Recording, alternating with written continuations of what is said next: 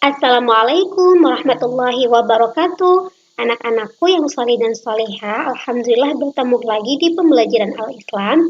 Kali ini kita akan melanjutkan pembelajaran di sifat Ar-Rahim Allah Subhanahu wa Ta'ala. Namun sebelum itu kita mulai dengan bacaan basmalah terlebih dahulu ya.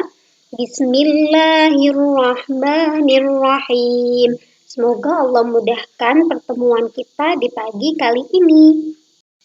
Nah, di pembelajaran kali ini kita akan membahas tentang bagaimana sih cara agar kita bisa beriman kepada sifat Ar-Rahim Allah Subhanahu wa Ta'ala. Namun sebelum itu, Ustazah punya ice breaking terlebih dahulu. Silahkan diikuti ya. Ustazah punya tepuk masker. Silahkan diikuti ya, anak salih-salihah. Tepuk masker, gemas-gemas gerakan pakai masker. Tutup hidung, tutup mulut dengan masker. Hindari virus ganas si COVID-19. Ayo tutup mulut hidung dengan masker. Assalamualaikum warahmatullahi wabarakatuh. Anak-anakku yang salih dan salihah, Alhamdulillah kita kembali bertemu di pembelajaran Al-Islam. Kali ini kita akan melanjutkannya di bab yang kedua, yaitu tentang sifat Ar-Rahim bagi Allah Subhanahu wa Ta'ala. Allah Subhanahu wa Ta'ala memiliki sifat Ar-Rahim, artinya Allah Maha Penyayang. Sebagaimana yang telah kita pelajari pada pertemuan yang kemarin, bahwa Allah memiliki sifat Ar-Rahman, yaitu Allah memiliki sifat pengasih. Jadi selain sifat Ar-Rahman, Allah punya 99 sifat lainnya yang Maha Agung. Salah satunya adalah sifat Ar-Rahim, artinya Allah Maha Penyayang. Allah Subhanahu wa Ta'ala menyayangi setiap hamba yang selalu taat melaksanakan perintahnya dan menjauhi larangannya. Nah, anakku yang solih dan solihah, apakah kita ingin disayang oleh Allah Subhanahu wa Ta'ala? Nah, salah satu contoh bahwa Allah memiliki sifat Ar-Rahim adalah akan Ustazah jelaskan ya.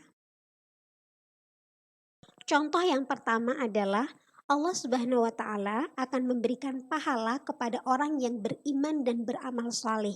Ingat ya anakku yang saleh-salehah, bahwa ketika kita mendapatkan pahala dari Allah, maka bisa saja pahala itu berbentuk dengan balasan surganya Allah Subhanahu wa Ta'ala.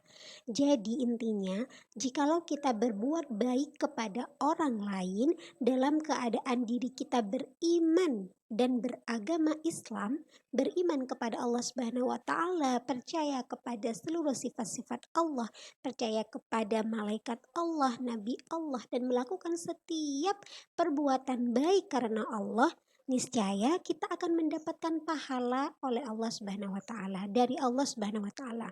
Contohnya ketika kita senantiasa senang bersedekah dan membantu orang lain karena Allah, bukan karena ingin mendapatkan balasan atau pujian dari orang lain atau manusia. Dan perlu diperhatikan, ketika kita berbuat amal soleh itu adalah perbuatan baik seseorang yang dilandasi oleh iman. Ya, itu namanya amal soleh. Ketika kita orang Islam, orang yang beriman kepada Allah, kita melakukan perbuatan baik, maka itu dinamakan amal soleh. Nah, namun perbuatan baik yang tidak dilandasi dengan iman itu tidak disebut dengan amal soleh, tapi disebut dengan perbuatan baik saja seperti biasa. Contohnya adalah perbuatan baik yang dilakukan oleh orang-orang yang tidak beriman kepada Allah. Misalnya orang yang percaya kepada patung, percaya kepada pohon-pohon yang besar, percaya kepada bebatuan yang besar-besar, mereka menyembah kepada berhala, mereka melakukan perbuatan baik, tapi perbuatan baik mereka itu tidak disebut sebagai amal soleh, dan mereka itu tidak mendapatkan pahala dari Allah Subhanahu wa Ta'ala meskipun mereka telah berbuat baik. Contohnya, misal ada salah satu teman kalian bernama Aisyah. Dia memiliki tetangga yang tidak beriman kepada Allah, tapi dia beriman kepada selain Allah. Artinya percaya kepada selain Allah, tidak percaya kepada Allah. Tetangganya Aisyah ini selalu berbuat baik, dia selalu memberikan santunan kepada fakir miskin, senantiasa membantu orang-orang yang membutuhkan. Namun, perbuatan baik tetangga dari Aisyah ini tidak disebutkan sebagai amal soleh. Karena apa? Karena dia tidak beriman kepada Allah Subhanahu wa Ta'ala. Bisa difaham ya, anakku yang solih dan solihah? Contoh yang kedua, yaitu hamba yang beriman akan dimasukkan ke surga dan berjumpa dengan Allah Subhanahu wa taala. Masya Allah. Ini adalah salah satu contoh bahwa Allah memiliki sifat Ar-Rahim, artinya penyayang. Artinya yaitu ketika ada hambanya Allah yang beriman kepada Allah, ketika dia melakukan setiap perbuatan baik di dunia ini dan dia benar-benar yakin dan beriman kepada Allah, maka dia itu akan dimasukkan ke surganya Allah dan berjumpa dengan Allah Subhanahu wa taala. Nah, anakku yang sholih dan sholihah, dan ini adalah nikmat terbesar bagi orang-orang yang beriman. Masya Allah, ketika kita nanti mendapatkan surga, tinggal di surga dengan berbagai macam kemewahan di sana. Masya Allah, itu adalah hal yang sangat membahagiakan dan nikmat yang paling besar bagi kita sebagai orang-orang yang beriman kepada Allah Subhanahu wa taala. Anakku yang soleh dan solehah, orang-orang yang beriman kepada sifat Allah Ar-Rahim ini akan melakukan beberapa hal di bawah ini, akan menyayangi seperti hal-hal di bawah ini. Yang pertama adalah sayang kepada Allah Subhanahu wa taala, artinya mengerjakan setiap hal perintah dari Allah Subhanahu wa taala dan menjauhi segala larangannya. Yang kedua, sayang kepada Rasulullah Shallallahu alaihi wasallam, artinya yakin dan percaya bahwa Nabi Muhammad Shallallahu alaihi wasallam adalah utusan Allah. Yang ketiga, sayang kepada semua orang Islam. Jadi tidak membeda-bedakan ya. Orang Islam yang itu putih, orang yang Islam yang itu hitam, orang yang Islam itu kaya, orang Islam yang itu miskin. Tidak boleh membeda-bedakan seperti itu, karena semua orang Islam itu adalah saudara kita semuanya. Yang keempat, sayang kepada orang tua kita. Nah, ini yang penting. Anakku yang sholih dan sholihah, jikalau kita memiliki atau beriman kepada sifat Ar-Rahimnya Allah, maka kita harus menghormati orang tua kita, menyayangi orang tua kita, tidak boleh membantah orang tua, apalagi membuat orang tua kita sakit hati ya.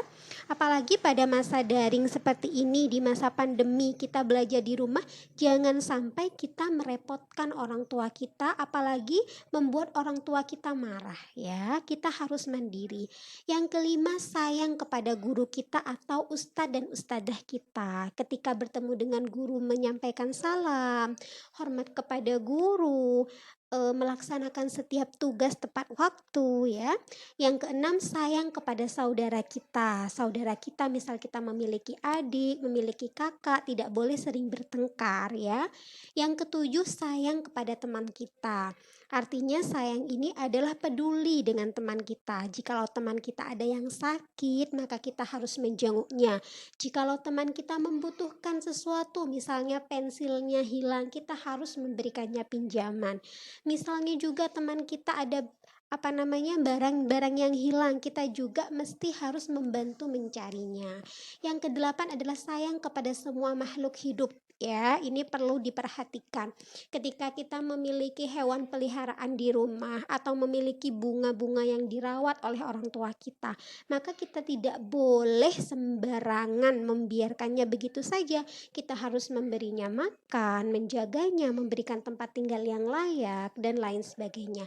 Dan yang terakhir adalah sayang kepada lingkungan kita. Artinya kita tidak boleh sembarangan merusak lingkungan kita, misalnya dengan mencabuti rumput yang sedang ditanam oleh tetangga kita, atau membakar sampah sembarangan hingga polusinya itu mengganggu orang-orang di sekitar kita.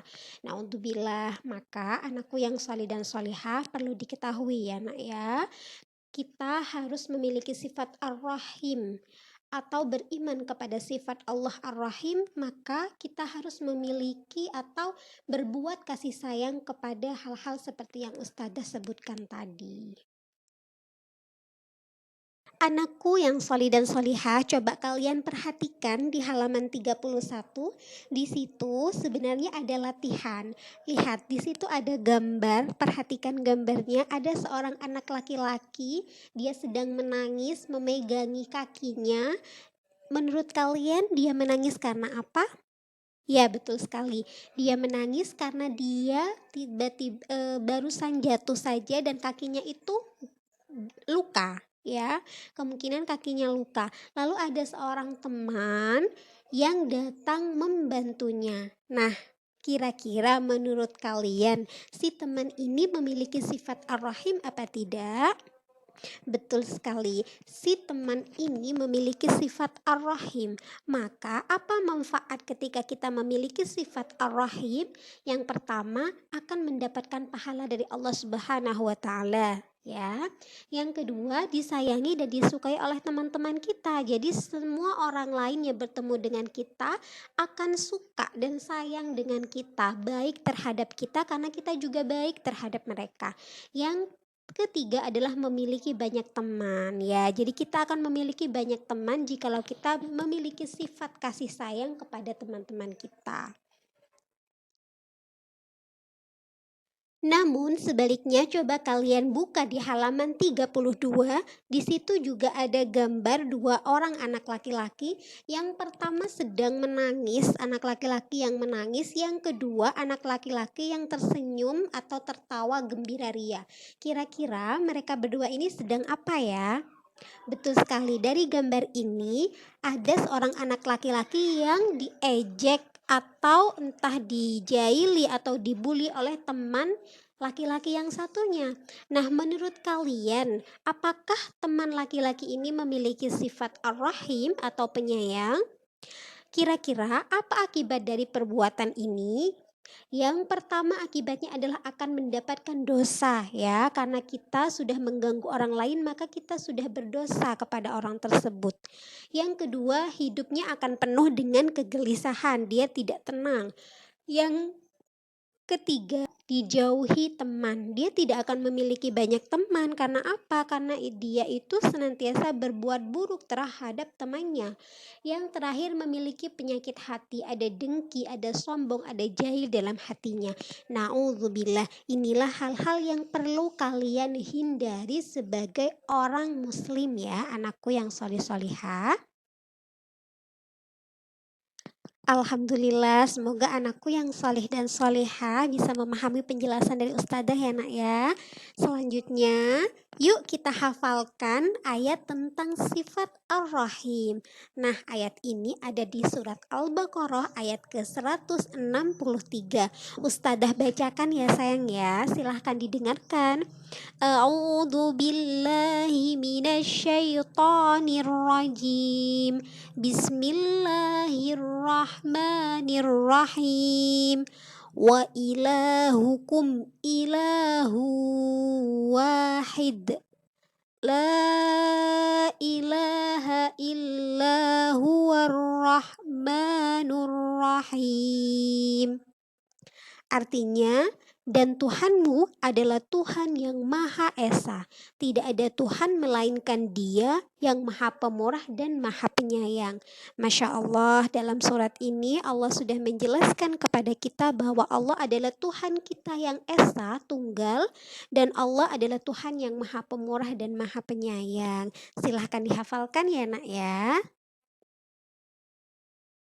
Nah, untuk tugas di pertemuan kita pada kali ini adalah silahkan dibuka halaman yang ke-34. Di situ ada kaligrafi sifat Ar-Rahman dan Ar-Rahim Allah Subhanahu wa taala. Tugas kalian adalah silahkan warnailah kaligrafi ini dengan penuh kreativitas ya. Silahkan warnai sebagus mungkin yang kalian bisa. Lalu tugas ini silahkan kalian kirimkan ke Ustadzah Uli atau Ustadz Jai di kelas 3A dan Ustadz Mirza di kelas 3C. Terima kasih anakku yang salih-salihah. Alhamdulillah, Untuk pembelajaran Al-Islam sudah selesai ya anakku yang salih-salihah. Jazakumullahu khairan katsiran. Mohon maaf jikalau ada kesalahan dalam pembuatan video pembelajaran ini. Ustazah berpesan kalian harus senantiasa menjadi anak yang baik di rumah, yaitu senantiasa patuh dan menurut apa kata orang tua. Tidak boleh menyusahkan orang tua, harus mandiri dengan tugas-tugasnya ya.